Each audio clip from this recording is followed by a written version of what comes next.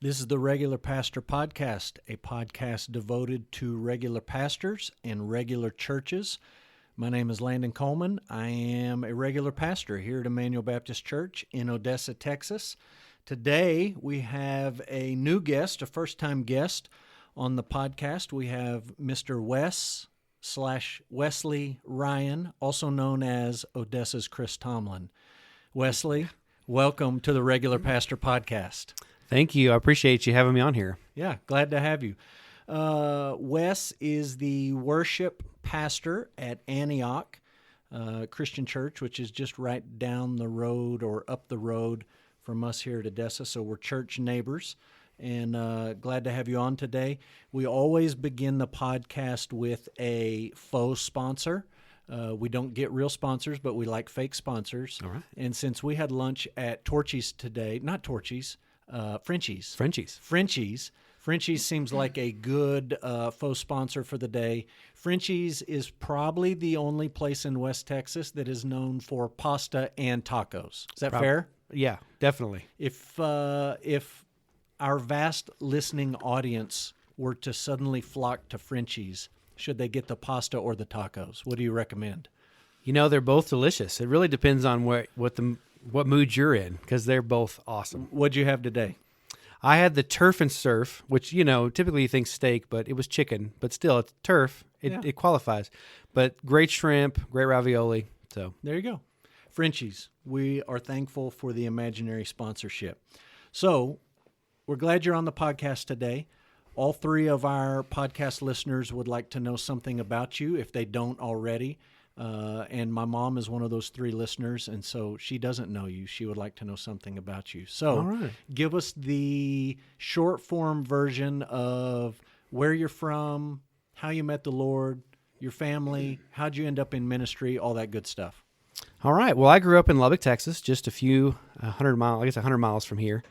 Born and raised there, lived there my whole life. Was not raised in a Christian home. My dad was not a Christian, still not a Christian. My mom got saved after me, but she took me to church for a little bit when I was real small. Basically just went to Sunday school, got to go and do that, and that was great. I learned about David and Goliath, Noah and the ark. I think that's probably it. What else do you need? Yeah, that's it. You're ready to go. But as I grew up, I had a girlfriend who invited me to go to church. Of course, I was going to do that. Got to see her other than at school, so that was awesome. We broke up, but I kept going, and so enjoyed it. Went for about a year, and then after about a year, I was helping out with the VBS, and I had a friend. She was going through a rough patch, and she laid out in the street and was ready to. She said she's ready to die, and she was done with this life. And I thought, I'm not ready. I'm not ready to die. I'm not ready to meet God. I knew from my experience over that year that I wasn't saved, that what I needed to do to be saved, and how that all worked. And so I got down that night in my room, and I just asked Jesus to become my Lord and become my Savior.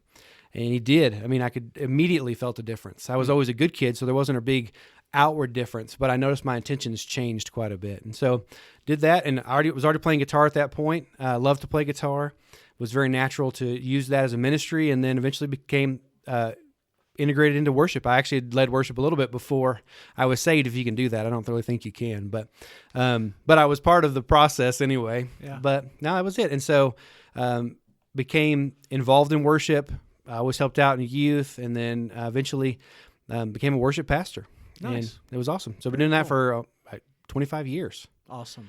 The Lord can use donkeys and unsaved teenagers who like to play Led Zeppelin. Yes, exactly. That's awesome. And there's not much difference between the two sometimes. No, it was good. Very cool. Tell our listeners, both of them, about your family. Oh, yeah. So I've been married to my wife a little over 13 years. We got married in San Angelo, Texas, which is where she was from.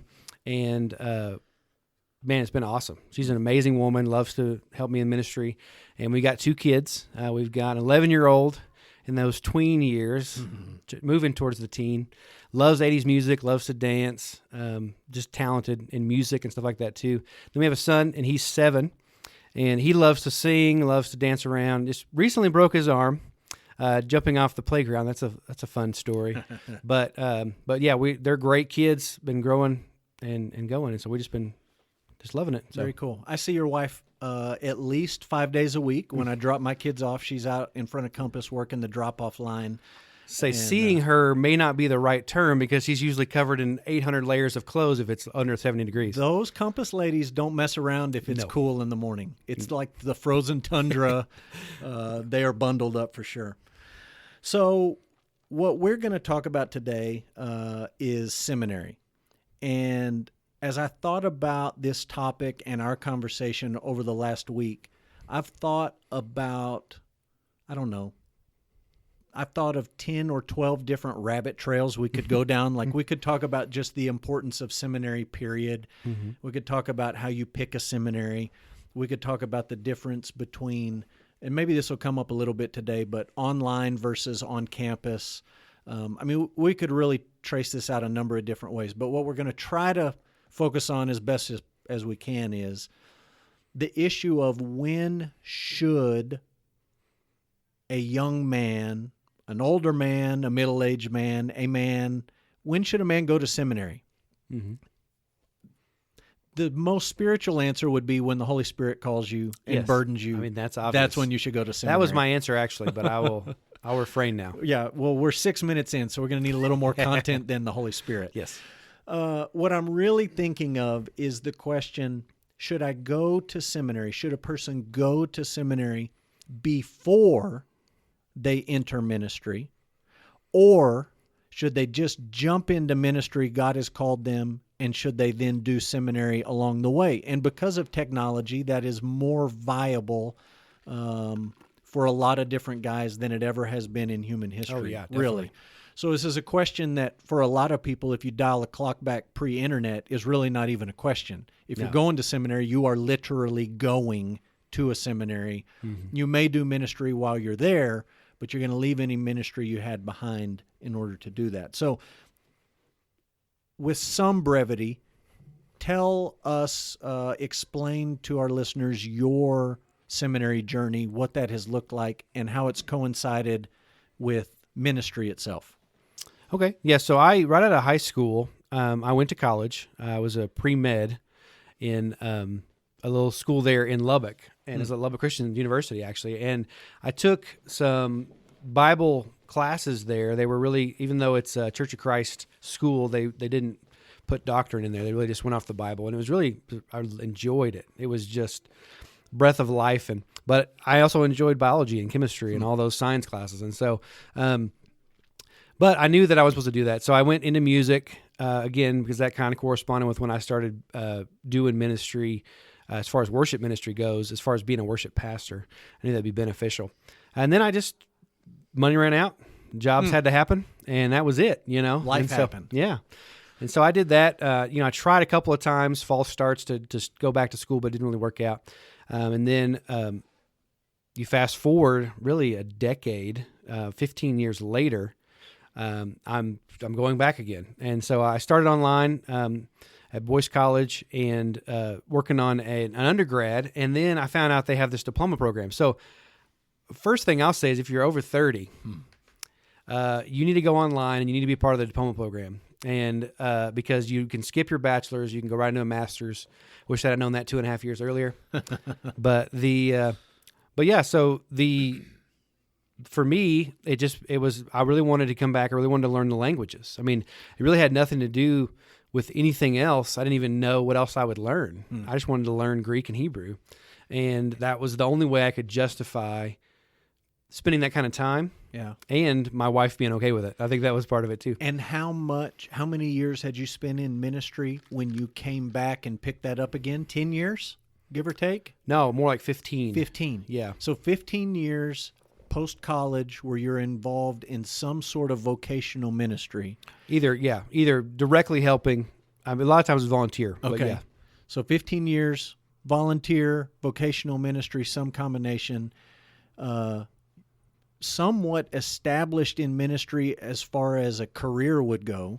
Yeah. And then you say, I'm going to go back. I want to learn the languages. I want to pick up some things I haven't learned along the way. And so you go back without quitting. You haven't quit your job. You haven't left your church. Nope. You've done this as an add-on, full-time work, Yes. full-time seminary student. I mean, you've just Yes. done both, Mm-hmm. and you've blazed in there. So you are concurrently doing ministry and seminary. Yes, sir. Okay. So totally different than the way God worked in my life and how seminary and ministry fell, at least for the most part. My wife and I both went to college right out of high school. We were accounting majors. We ended up doing some apartment ministry, very part-time, and that led us to seminary. So as soon as we graduated college, we moved to Louisville. She worked. We had no kids, and I did 94, 96, whatever, however many it was, hours of my master's in about 2 years flat. Yeah. Did not have a job, did not have, other than serving in our local church, didn't have a full-time or even a part-time ministry position, just did school. Then started a PhD program at Southern Seminary, and then jumped into a full-time pastorate position while I was doing my PhD, and did those two concurrently. But at least half of my seminary was done before I ever did any sort of ministry. Yeah. So sort of totally different approaches in that you have been doing ministry for an extended period, and then you go back to seminary. I did most of mine on the front end of ministry and then a little bit concurrently.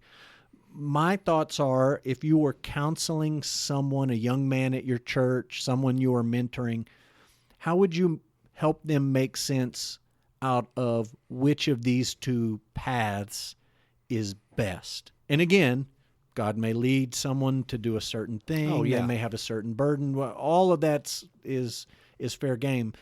But other than God leading someone to do it a certain way, what is, in your mind, the greatest benefit towards doing ministry and then coming back at some point and doing seminary? Why are you glad that in the providence of God, your life has sort of played out in that order? Yeah. There's definitely some pros to it. We'll get to cons hopefully later. Yeah. But the pros, one of the things that's really nice about the way I take it right now is I take one class at a time. Okay. You know, if I was to survey you on all that you learned in your 2 years flat, right? That's awesome. On the master's, you probably would get the highlights, but that's probably all you would remember. Now, for me, as I walk through a class, providentially, the Lord allows those things to impact my ministry. And so, you know, I could name at least probably 5 or 6 right off the top of my head of times where I was learning something and we needed to do it. Case in point, right now we're going to have a youth pastor. Yeah. And I just got out of a family ministry class where you could pick 3 different areas that you could look at, and one of them was youth ministry. And so coming into this, I've been a youth pastor before, but this was a kind of a refresher, re-equip, and re-looking at what it would mean to pastor youth. And I, you know, in God's providence, right before this happened, I went through a class. So you just mentioned 2 things, though. One, the first one you mentioned is the way that you are forced to take classes right now is one class at a time. Yes. Rather than taking 6 classes a semester like Yes. I did, Yeah. where you're totally drinking out of the fire hydrant, trying to keep up, learning 18 different things on any given day, theology, languages, church history, how to write, all kinds of stuff. You get to focus on one thing at a time. Yes. You're focusing on one topic. And to you, that's a pro. Now, you could do that the way I did it. You could take one class at a time. You'd Yeah. just be there forever. Yes. You wouldn't get it done in 2 years. You get it done in 2 decades. Plus, you wouldn't be married anymore, I'm guessing. No, you would not be married anymore. So that's one benefit. You're taking a class at a time. You're able to think about one major topic at a time. Second benefit you mentioned is the applicability of what you're learning immediately into ministry. Oh, yeah. Youth ministry is one example, and I'm sure I'll give you another one. could come up with others. Yeah, I got that just did a Greek exegesis classes on Revelation. Yeah. Well, in that, I, just outworking of that class, I ended up writing a big paper on it.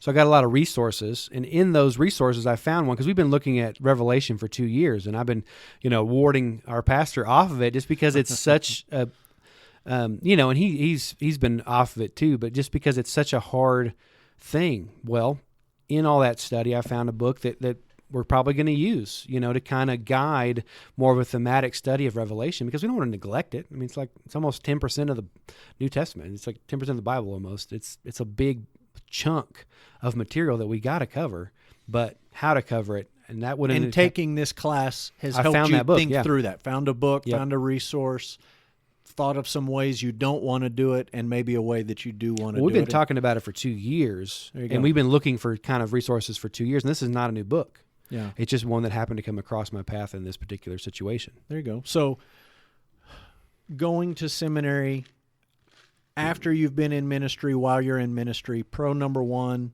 usually you're going to focus on one thing at a time. Pro number two, there's going to be a ton of stuff that is immediately applicable to your ministry, whatever class you're taking. Oh, yeah. What else?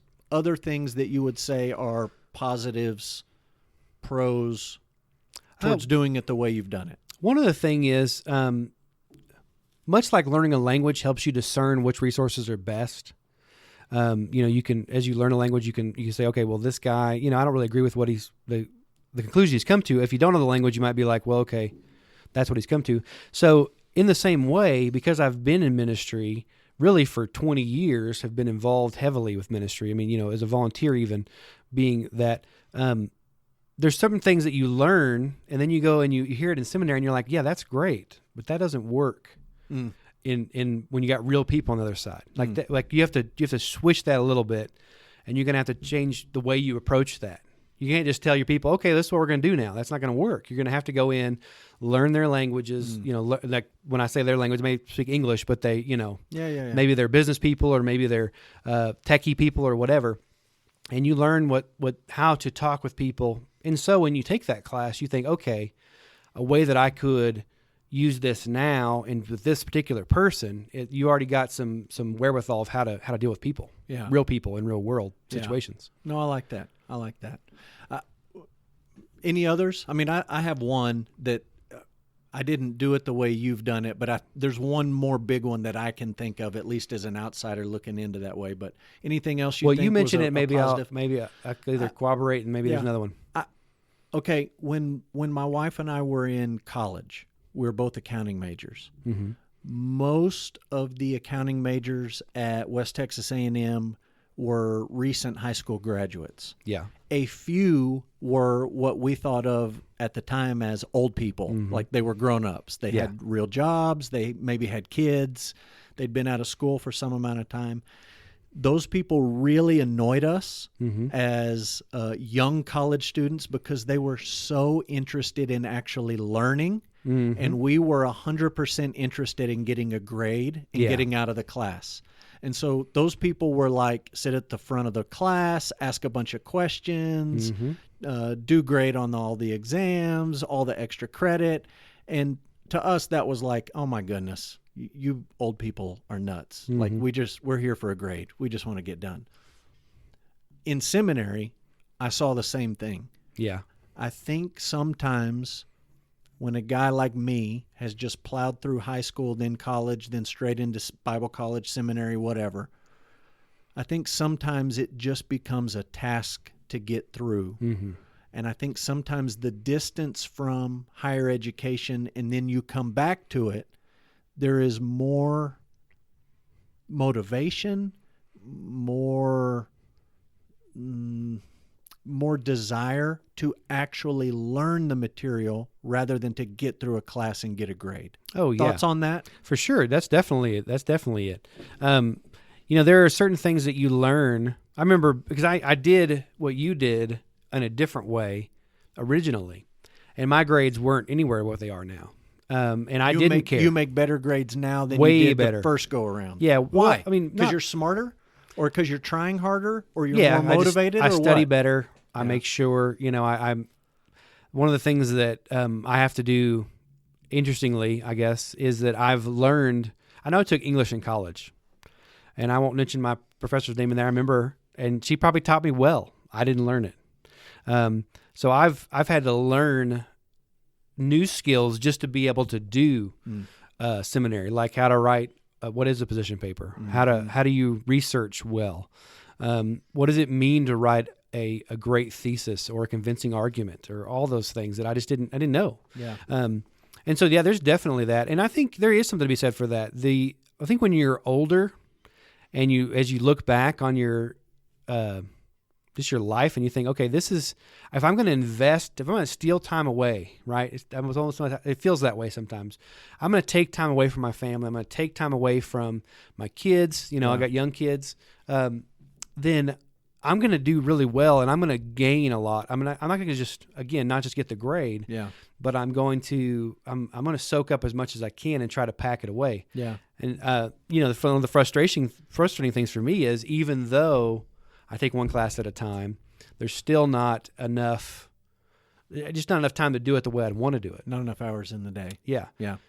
So good segue, good transition into what are the cons? What are the reasons not to try to do seminary while you're also in full-time ministry? Why is it harder? What are the negatives? What would you caution people about? Yeah, the number one is if you have a spouse or kids. Yeah. That's a big deal. You're going to be taking time away from them. Unless you have, I do have friends that are fortunate enough, their job allows them to help to do that. That's not my case. I don't think it's the case for most people. Unless you're the senior pastor and you get to make the rules, then I guess maybe you could, but even then you're going to have to be accountable to an elder or deacon board. So, but I think that's a big deal. You're going to sacrifice time that you could be with family, with your wife, with your kids, at your job, whatever. It's not even just the time week in and week out. It's the special time too. Yeah. There was during Thanksgiving, I was supposed to have the whole week. I had to write a paper, which I was going to. Now, because it wasn't because of school that I couldn't go, but when I did end up going on Thanksgiving and the day after, I didn't do anything on the paper, and that put me 2 days behind. So that's in the back of my mind. I'm thinking about it.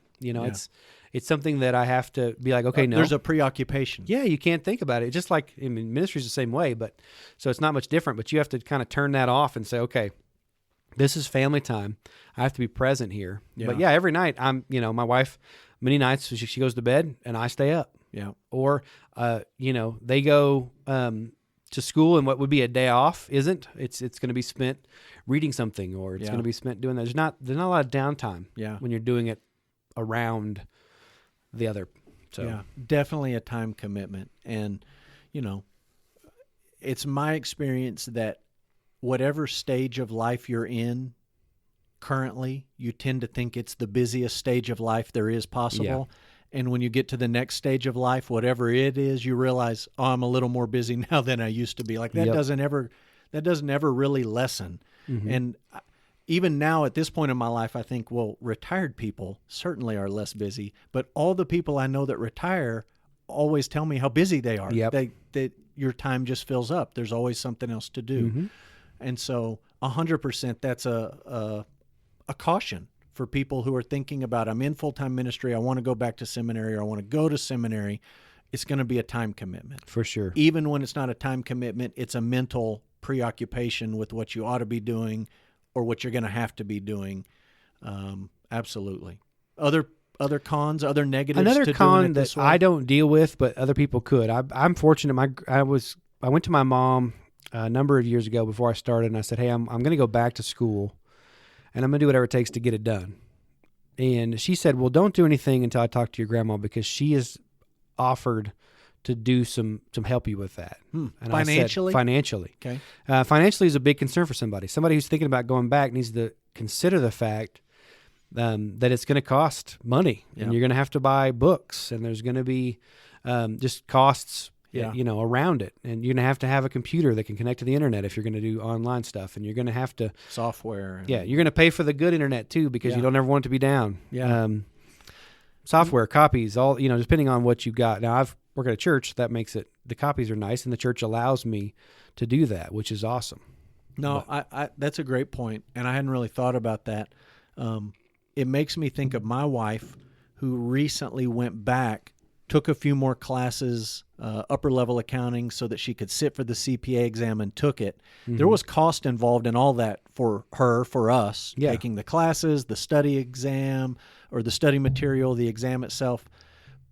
But in her case, there was a payday coming on the other side of that. That was a financial investment. Yes. Yeah. That's not always the case in ministry. It might not be. It may yeah. be to some degree or another. You know, a piece of paper can sometimes help you get a certain job or end up in a certain position, but not in the same way that a CPA license is going to help you then make that money back. Oh, yeah.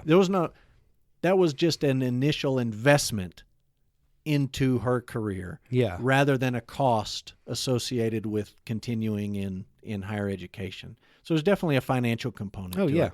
Yeah. Other thoughts, negatives, cons, things to caution people about? I think one thing that you have to be cautious about when you've been in ministry for a while, you know, I've seen people who are in the same boat as me that are my age or maybe older, maybe a little bit younger, and they've been in different jobs. You know, maybe they've been in ministry, maybe they haven't been. But either way, there's a certain level sometimes where you can go into it with the thought that I haven't needed this whole time. Do I really need to? Do I need to know what the doctrine of promiscuity means? Is that really? I mean, it's clear. Okay, it's clear enough for salvation. Okay, great. Well, can't you just say that? You know, there's certain things sometimes where you've been not using those words your whole life, and you can't use them now because nobody else knows them, or nobody else cares. Maybe, and that's the way it feels sometimes. And so, you know, there's sometimes you learn some things that you're thinking, okay, I do not see where this is going to. I've never needed it up to this point, and I don't see where I'm going to need it going forward. And so there's something to be said about that. I've seen that. For me, I'm a guy that likes to know things. I'm just a learner. So for me, it's fun to learn those weird terms just because they're fun. Yeah. Why say in 4 words what you can say in 1? But you can't ever use that on a sermon or in a Bible study, hardly ever. Yeah. So that's one thing. That's not a big comment. It's something to think about. Something to think about. 2 is that you're going to have to, no matter when you go to seminary, I believe. I don't know. You can speak into this for sure, but you're going to have to war with your own soul on the difference between knowledge and then really knowing the Lord, knowing about the Lord and knowing the Lord. And so that's one of those things that I think people need to think about. There's a certain love of God that you have because of the things you've learned just through reading your Bible and stuff like that. And then there is theology, the studying of those things, that can war against your soul. There's a spiritual battle out there. And as you venture into those waters, I think it intensifies. Yeah. And I think you're right. I think that's true for people who go back to seminary or people who start out in seminary. You've got to constantly check your motives, your heart, your intentions. What's the end game here? Mm-hmm. Am I pursuing this for academics? And, is it all just an intellectual exercise? Is it mental gymnastics, or is this transformative in my life? Yeah. And that can be a struggle whether you're, a young seminary student who hopes to go into ministry or whether you're in ministry and you're going back. Okay, so now let's flip the script and let's talk about the other approach, the approach of I'm going to go to seminary and then I'm going to enter ministry. Yeah. I think it has some advantages and some disadvantages. For sure. I think one advantage is when I was young and I had an accounting degree and I was 22, I had no business pastoring a church. Yeah. And there was a lot of stuff I needed to learn. And I had grown up in church. My mom worked at our church. We had a great teaching pastor that I grew up under my entire life. I taught high school Sunday school while I was in college. I served in our church all through college. I'd gone on mission trips. There was just some stuff I really needed to learn before I jumped into ministry. And sometimes I think guys or gals jump straight into ministry and they don't know some of the basics that really you do need to learn. Yeah. Fair enough? Oh, for sure. Yeah. Yeah. I think another positive is, I don't want this to sound unspiritual or like a money grab thing or like ministry is a career ladder. There are some positions in ministry you need a piece of paper for. Yeah. And there are qualified people who could do those jobs. They could serve in those roles, pastor, youth pastor, whatever. But there are some churches, some positions, they just want you to have the piece of paper. And until you have it, you're not even going to be considered for those positions. Oh, yeah. That's not to say that God can't open another door of ministry for you somewhere else. But I think getting the piece of paper checks a box for a lot of churches. It definitely does. And that can be helpful. And I guess I bring that up as a positive of going to seminary up front, because I've had friends who have tried to go into ministry without the seminary, and they just keep running into dead ends. Like they can't even get their foot in the door because, well, I haven't gone. I don't have a master's degree, or I don't have an MDiv, or I don't have a doctorate, or I don't have whatever. And so just doing it and getting it done, there's something to be said for that, to say, I'm going to do this prep, and then I'm going to have more opportunities to go into ministry. Thoughts on that? Yeah, for sure. So I remember when I was looking, when coming to here, even the fact that I was in a bachelor program at that time, because I didn't know about the MDiv program yet, the diploma program.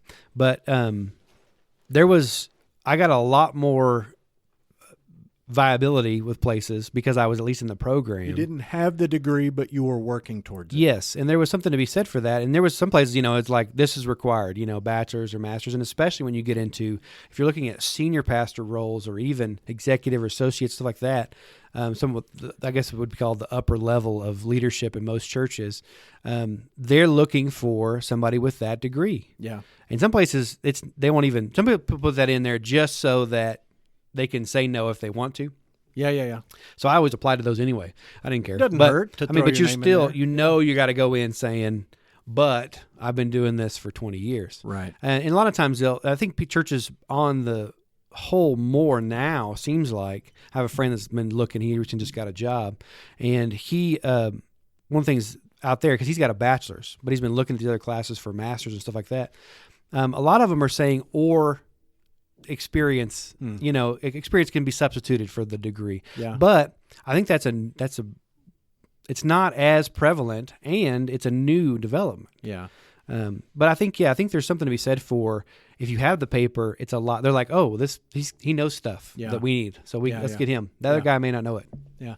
I'll give you one more, what I think of as a positive, one more reason to do seminary on the front end. None of these are deal breakers. None of these are nails in the coffin. If you're going to become a doctor, we make you finish school before you get to practice. Yep. If you're going to be a lawyer, we make you pass the bar exam before we turn you loose in court.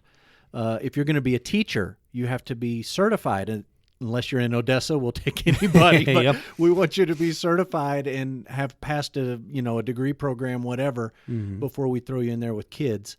And I think sometimes I'll just talk about our tiny armpit neck of the woods, West Texas. Sometimes there is a celebration of anti-intellectual, this guy is spirit taught, he's not seminary taught, and that's somehow better than being seminary trained, and it gets celebrated in a weird way. I think there's something to be said for, if this is what God is calling you to vocationally, why don't you just invest a couple of years, if that's a possibility for you? Yeah. God may call you midlife, and that may not be an option. But if you can just invest a couple of years on the front end, maybe this would be a good thing, so that you are actually qualified to do what it is the Lord is calling you to do. Thoughts on that? No, I definitely would agree with that. I think I've seen both ways, obviously, on that. But I think generally, I think you're right on. I think there's a lot of stuff I didn't even know I didn't know. That's kind of the danger. That's a scary thought. Yeah, you go into it. You don't know what you don't even know. Yeah, there's a lot of things that I would have maybe said, oh, that's fine. And then later we're like, no, not so much. But I even have a friend, he didn't go to seminary because there's a passage in 1 John. It says, you don't need anybody to teach you. Yep. I'm like, that's not what that's really talking about. And he's like, well, I know that now. Yeah. But he's in his mid 40s now, so he's not looking at doing that anymore. But yeah, I think that I think there's a lot of things that you don't even know that you don't know. Right. and that you might learn along the way, but you could maybe get them in a more condensed form. Right. Even if it was, I'm going to start in ministry, but I'm going to go ahead and start my degree as well. You know what I mean? Yeah, Maybe do what I've done, but do it at the beginning. Yeah. If you can't afford, you can only afford. I got a friend that does every other semester because that's Takes a class every now and then. does it every other semester faithfully because that's all he can afford to do. Yeah. All he wants to do maybe, but it's something that's it's worthwhile. He's still working a full-time job too. Any big red flags you have for just the whole idea of I'm going to go to seminary and do that and check that box and then do ministry? Any cons to that approach that you think are worth pointing out to people? I don't know about cons necessarily, but I know about mindsets that are dangerous.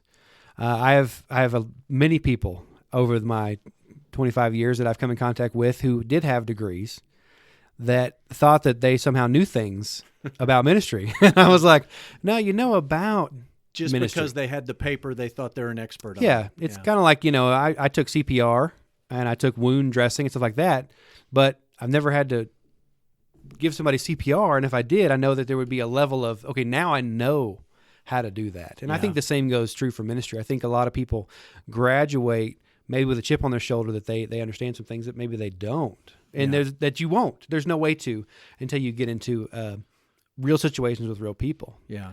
I had a friend that he came into a situation, and he was in a pastor, in a youth pastor position and doing stuff like that. And he came in with this training. He was a smart guy, super smart guy, knows the Word of God, came in and just thought, okay, this is what I'm going to do. This is how it's going to work. You guys need to get on board with this ship, and it didn't work out for him. Yeah. And I talked to him afterwards and said, hey, you got to learn the people. Yeah. They got to trust you before they can go places. No, I think seminary definitely has the possibility of professionalizing ministry so that graduates come out thinking, I can now lead from a position of title because I have this degree and I've taken these classes, rather than I need to lead as a servant and I need to lead as a shepherd and I need to lead as a missionary who gets to know these people.